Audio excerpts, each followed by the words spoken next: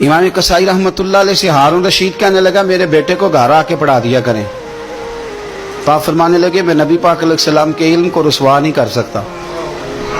तेरे बेटे ने हदीस पढ़नी है तो जहाँ सब के बच्चे पढ़ते हैं तेरा पुत्र भी वहीं आएगा।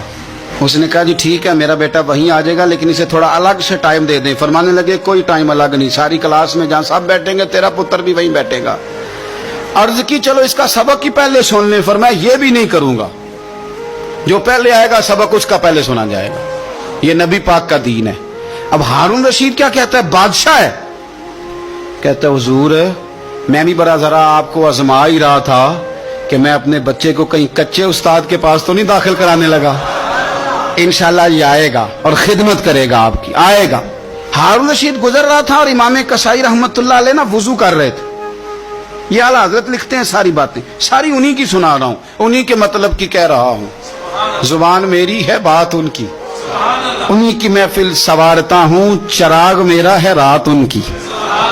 चिराग ने जब संवरना हो तो अंधेरा हो तो संवरेगा ना, वरना चिराग को पूछेगा कौन। तो उन्हीं की महफिल संवारता हूं, चिराग मेरा है पर रात, यानी मेरे चिराग को चमकने का माहौल उन्होंने ही अता किया।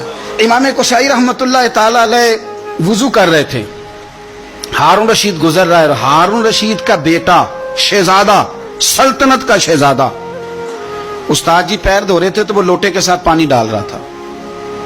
हारून रशीद ने देखा तो गुस्से के साथ घोड़े से उतरा।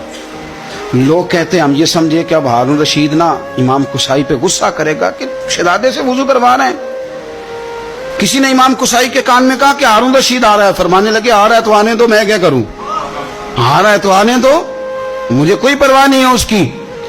हारून रशीद करीब आया तो गुस्से में आया और आगे पता क्या किया, जोर से अपने बेटे को थप्पड़ मारा। कहने लगा रब ने तुझे दो हाथ दिए हैं और तेरे उस्ताद जी खुद पैर धो रहे हैं, एक हाथ से पानी डाल दूसरे हाथ से उस्ताद के पैर धो, फिर तुझे पता चलेगा कि मैं किसी आलिम की खिदमत कर रहा हूं। तमन्ना दर्द दिल की हो तो कर खिदमत फकीरों की, नहीं मिलता ये गौहर बादशाहों के खजीनों में, तू ये क्या कर रहा।